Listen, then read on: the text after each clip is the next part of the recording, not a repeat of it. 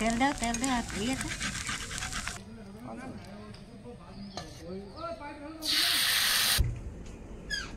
পায়ের এক্সারসাইজ হচ্ছে, সবাই একসাথে ডাকছে। সব ধান কেন পিঠে বানিয়ে নিয়ে টিফিন বক্সে করে চললাম। সবার বাড়িতেই একটা পিঠে পার্বণ বানাবার একটা ইতু পুজো হয় এবং পিঠে লঙ্কার সাথে কি বাড়ছে ওটা? আদা আর লঙ্কা। নমস্কার বন্ধুরা, আবার চলে এসেছি গ্রাম বাংলার আরও একটি নতুন ভিডিও সঙ্গে নিয়ে। আপনারা যারা শহরে থাকতে থাকতে শহরের কোলাহলে ক্লান্ত হয়ে পড়েছেন এবং গ্রাম বাংলার নিরিবিলি প্রকৃতি আপনাদেরকে ডাকছে, আজকের এই ভিডিওটি শুধুমাত্র তাদের জন্য। আশা করছি আজকের এই ভিডিওর মাধ্যমে আপনারা গ্রাম বাংলার প্রকৃতি কিছুটা হলেও উপভোগ করতে পারবেন। আজকে চলেছি বোলপুরের তালতোর গ্রামে সেই দাদার বাড়িতে, যেখানে আমরা লবণের ভুরিভোজ করতে গেছিলাম। যারা আমার লবণের ভিডিওটি দেখেছেন তারা জানেন, আর যারা জানেন না তারা চাইলে ভিডিওর উপরের আই বাটনের লিঙ্কে ক্লিক করে লবণের পুরো ভিডিওটিও দেখে নিতে পারেন। গ্রামের পরিবেশ বরাবরই আমাকে হাতছানি দিয়ে ডাকে, তাই আজকে ইচ্ছা আছে পুরো তালতোর গ্রামটা একটু ঘুরে দেখার, আর সঙ্গে গ্রামের অনেক দিনের পুরনো একটি জমিদার বাড়িতে গিয়ে সেখানকার ঢেকিতে চাল গুঁড়ো করে সেই চালের পিঠে বানিয়ে কিভাবে বাড়ি নিয়ে গেলাম সেই পুরো ভিডিওটি আপনাদের সাথে ভাগ করে নেব। গ্রামের এই সব ভাইবসগুলো নিতে চাইলে অবশ্যই আমার আজকের এই ভিডিওটি শেষ পর্যন্ত দেখতে থাকুন।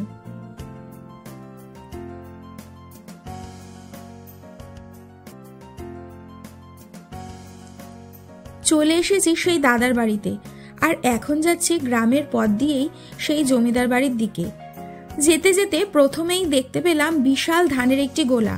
না, ধানের গোলা ঠিক নয়, ধানের গোলা বলা ভুল হবে। এখানে প্রচুর ধানের গাদা রাখা রয়েছে। আসলে একসাথে এতগুলো ধানের গাদা তো শহরে দেখা যায় না, তাই দেখেই ছুটে চলে গেলাম।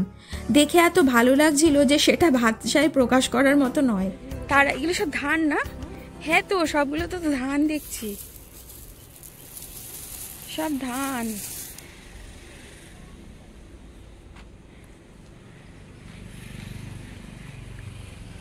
পুরো ধানের গোলা টাইপের।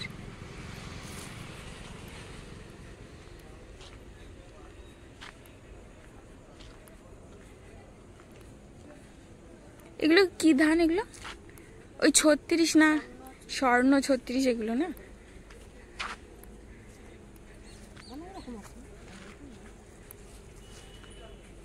অনেক আছে গো এখানে। তোমাদের ধান হয় না? জমি নেই, যাদের আছে তারা করে। এগুলো সব স্বর্ণ আর 36 ধান। গ্রামের যাদের বাড়িতে জায়গা নেই তারা এখানে সব ধানগুলোকে স্টোর করে রেখেছে। বিভিন্ন লোকের আছে, এখান থেকে নিয়ে গিয়ে পরে ধান ঝরিয়ে খড়টা আলাদা করা হবে। প্রচুর ধান, এটা পুরো ধানের গোলা, পুরো দেখুন।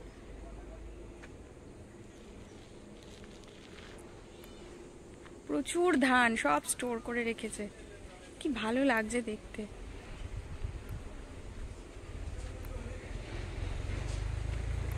যাদের বাড়িতে জায়গা নেই এই জায়গাতে তারা স্টোর করে রেখেছে। যেতে যেতে পথের দুদিকে যেসব বাড়িগুলো চোখে পড়লো, প্রায় প্রতিটি বাড়িতেই গরু আর ভেড়া বাঁধা আছে দেখতে পেলাম। রাস্তা দিয়ে হাঁস প্যাক প্যাক করে দৌড়ে বেড়াচ্ছে।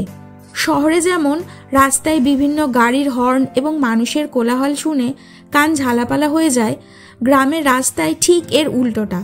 এখানে গরু ভেড়া এদের ডাক শুনলে অদ্ভুত একটা অনুভূতি কাজ করে।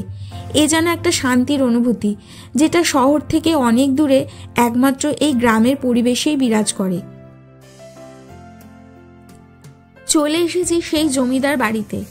চলুন আপনাদেরকে ভিতরে গিয়ে পুরো বাড়িটি একবার ঘুরে দেখাবো।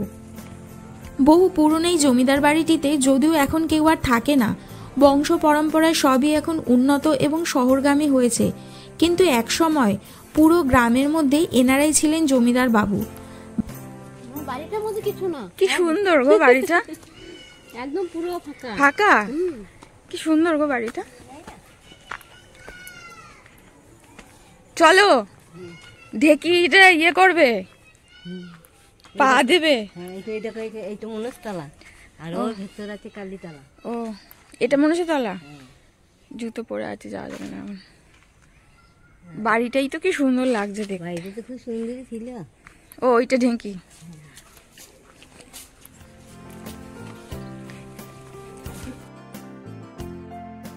ভাঙাচোরা মাটির বাড়িটি এখনো পরিত্যক্ত হয়ে পড়ে রয়েছে এবং পুরনো স্মৃতি বয়ে বেড়াচ্ছে।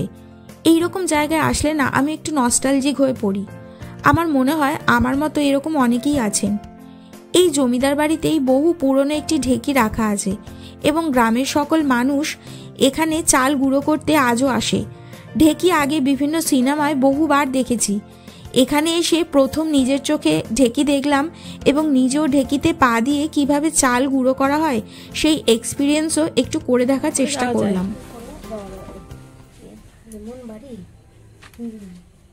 বাবা, কালকে মানে পৌষ মাস কালকের হবে, কালকে আসবে। হ্যাঁ হ্যাঁ হ্যাঁ, এবার কালকে আসবে মানে ওই সংক্রান্তি কালকে, মানে ওই আজকে পিঠে যেটা ওটা কালকে বানায়। আচ্ছা, কালকে একটু পুজো হয়, ওইটা বানায়। ওই ইতু পুজো না কি বলে কালকে? যাদের আছে না। হ্যাঁ হ্যাঁ, আপনার আছে?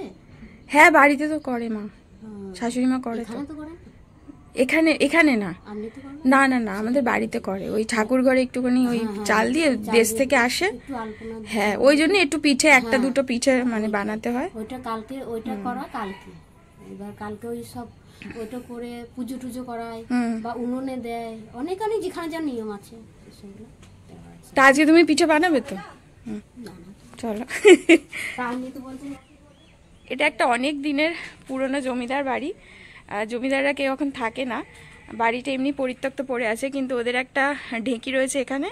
গ্রামের সব মানুষরা এই আজকে হচ্ছে গিয়ে অঘ্রাণ মাসের শেষ আর পৌষ মাসের শুরু, তাই এইখানে গ্রামের বাড়িতে বাড়িতে সবার বাড়িতেই একটা পিঠে পার্বণ বানাবার একটা ইতু পুজো হয় এবং পিঠে পার্বণ বানায়। তো এই ঢেঁকিতে এসে চাল গুঁড়ো করা হয়। আমরা আজকে এসেছি এই ঢেঁকিতেই চাল গুঁড়ো করতে। চলুন ঢেঁকিতে কিভাবে চাল গুঁড়ো করা হয় সেটা দেখি। হ্যাঁ, এই তোমাদের বাড়িতে তো এরকম একটা ঢেঁকি রাখতে পারো গো।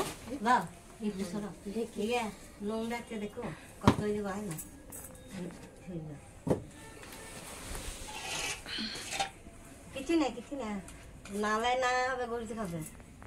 ওই দিয়ে না, ওই দিয়ে না, সব দিয়ে না, সব দিয়ে কোন কান্না ছিল। এটা অনেক শক্তি লাগে গো। শক্তি তো না দিলে কি করা হবে? শক্তি দেয় রান্না হয়ে গেল না। ওই দেখ বললি আমি তো দেখতে এসেছি, ওই দিকে দেখছি চালু করে দেখি মালা আচ্ছা বল কে জানে চলে গেল নিয়ে গেল। এটা কি চাল যেটা দিয়েছ? আচ্ছা, এটা গুঁড়ো করাটাকে কেন গুঁড়ো করছে? এমনি চাল গুঁড়ো হয় না? চাল গুঁড়ো বলতে তো এটা মেশিনে হবে। এটা মেশিনের তো না, এটা তো এখানেই হয় যে মেশিনে ভালো হয় না, মানে এটা এখান থেকেই করে নিয়ে গেছো? তবে ওই যে গুড় পিঠে যেটা আজকে ওটা এতে ভালো হয়। ও মেশিনে হলে তো উঠবে না, ভালো হবে না।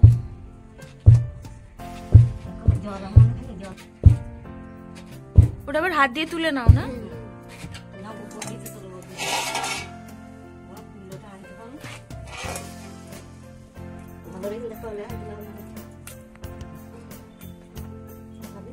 আর তো হতো না? ও চেলে নিয়ে আবার দেবে।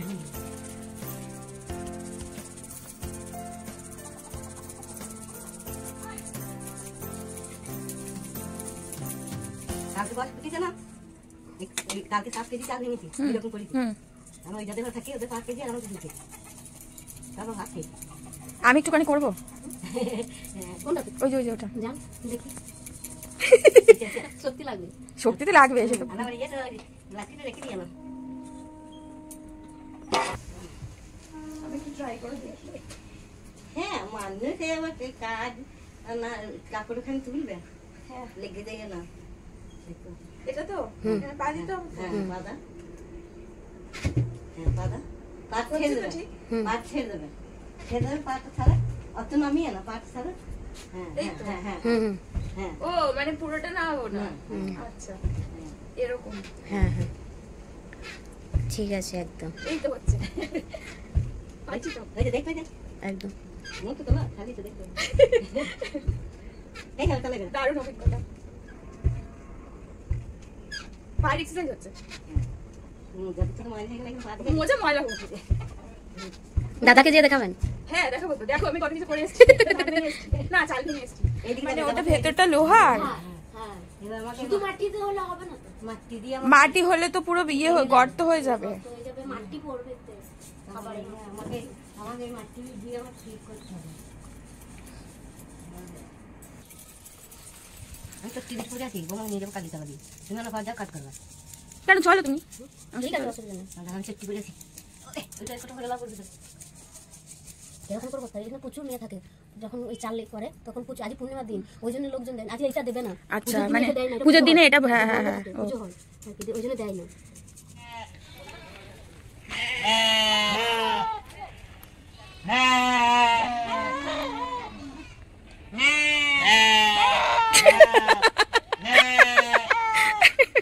তুমি একসাথে ডাকছে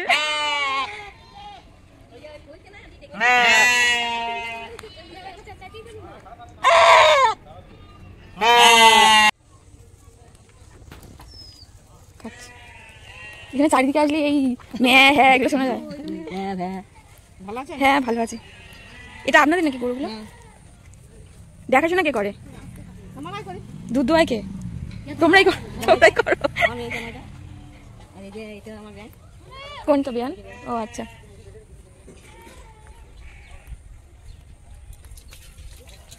সামনে গেলে লাথি মারবে না সামনে গেলে লাথি মারবে না না না লাথি মারবে না দেখ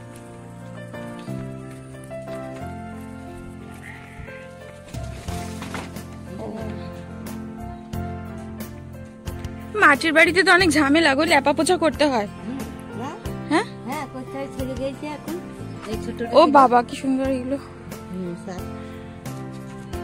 এগুলো কি শাক নোটে না পুঙ্কা পুঙ্কা কি উনকা শাক পুঙ্কা কি শাক উনকা শাক এই যে তোমরা সেদিন লাগানো খেলে না ওই শাক এটা ও উপর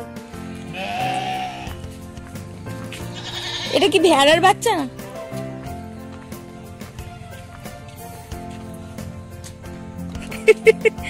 ও বাবা কি সুন্দর পথে যেতে যেতে এই ছানাপোনাগুলোর সাথেও দেখা হয়ে গেল মাত্র 2 থেকে 3 দিন বয়স এই ছানাগুলোকে তাই কোলে নিয়ে আদর করার লোভটাও ছাড়তে পারলাম না ঢেকিতে চাল গুঁড়ো করে নিয়ে এবার আমরা এগিয়ে যাচ্ছি বাড়ির দিকে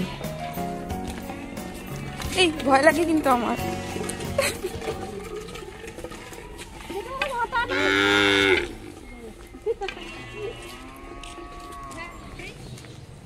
এইটা দিয়ে কি পিঠে হবে এটা দিয়ে ওই তো যেটা সেই চালটা গুঁড়ি যেটা ওই মানে ওই পরোটার মতো করে যে পিঠেগুলো হয় পথে আবার খানিক থমকে দাঁড়িয়ে পড়লাম এখানে এই মেশিনের সাহায্যে গ্রামের কয়েকজন মিলে খড় থেকে ধান ঝেড়ে খড়গুলোকে আলাদা করে করে গুছিয়ে রাখছে এটাও তো একটা দেখার জিনিস তাই না আমরা বাঙালিরা ভাত তো রোজই সকাল বিকাল দুপুর খাই কিন্তু তার পিছনে যে কত রকম পরিশ্রম থাকে সেটা এই গ্রামে আসলেই একমাত্র বোঝা যায়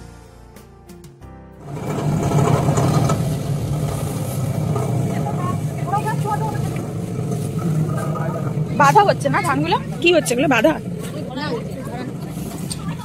ছড়াচ্ছে ও বাবা মহারাজের মতো শুয়ে আছে তাকিয়ে তাকিয়ে দেখছে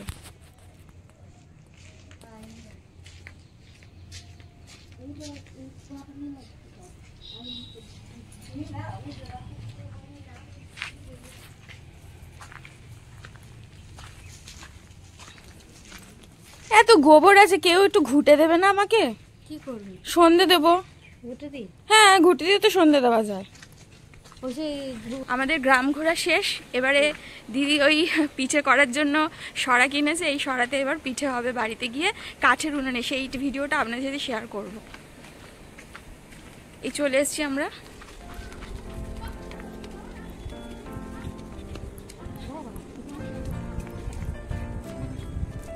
এই পুরো চালটা ওই ঢেঁকিতে ছাটা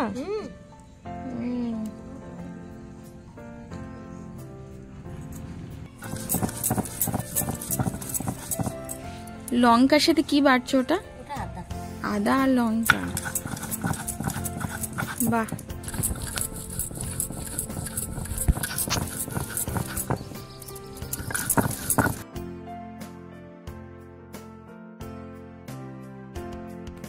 ঢেকি থেকে চাল গুঁড়ো করে নিয়ে এসে এবার সেই চাল গুঁড়ো দিয়ে আকশি পিঠে বানাবারই প্রস্তুতি চলছে এখানে এখন।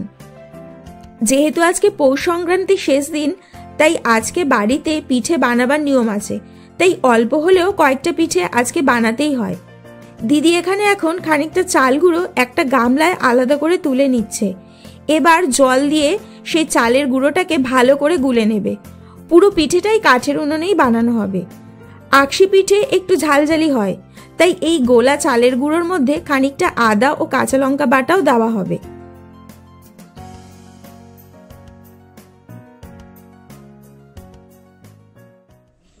এখানে এখন পিঠে বানানোর প্রস্তুতি চলছে। কাঠের উনুনে ঘুঁটে দিয়ে আর কাঠ দিয়ে জাল দেওয়া হয়ে গেছে। পিঠে গোলাও রেডি, এবারে সরায় পিঠে দিলেই পিঠে রেডি হয়ে যাবে। আর দিদি এখানে দৌড়াদৌড়ি ঝাপাঝাপি করে পিঠে বানাচ্ছে।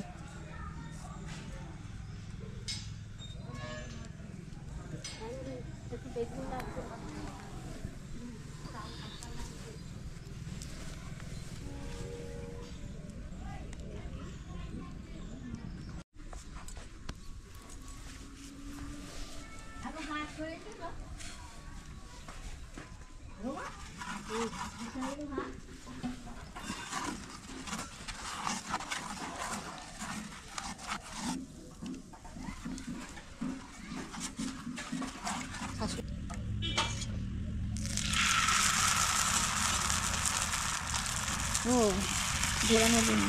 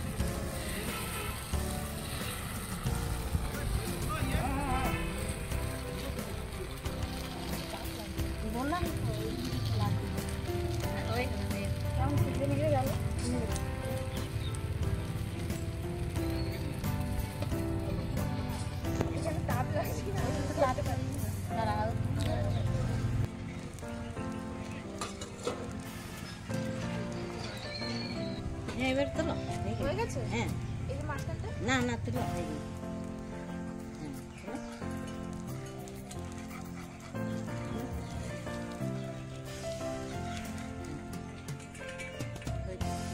পিঠে করে নিয়ে যাচ্ছি এবার। পিঠেটা খেতে না কিন্তু সত্যি ভীষণ দুর্দান্ত হয়েছিল। বিশেষ করে ঝোলা গুড় দিয়ে খেতে একদম জমে গেছে। আমার না ওই মিষ্টি নারকেলের গুঁড়োর পিঠের থেকে এইরকম ঝাল পিঠে খেজুরের গুড় দিয়ে খেতে না বেশি ভালো লাগে। আমার মতো আপনারাও কে কে এরকম পিঠে খেতে ভালোবাসেন আমাকে কমেন্ট বক্সে জানাবেন কিন্তু।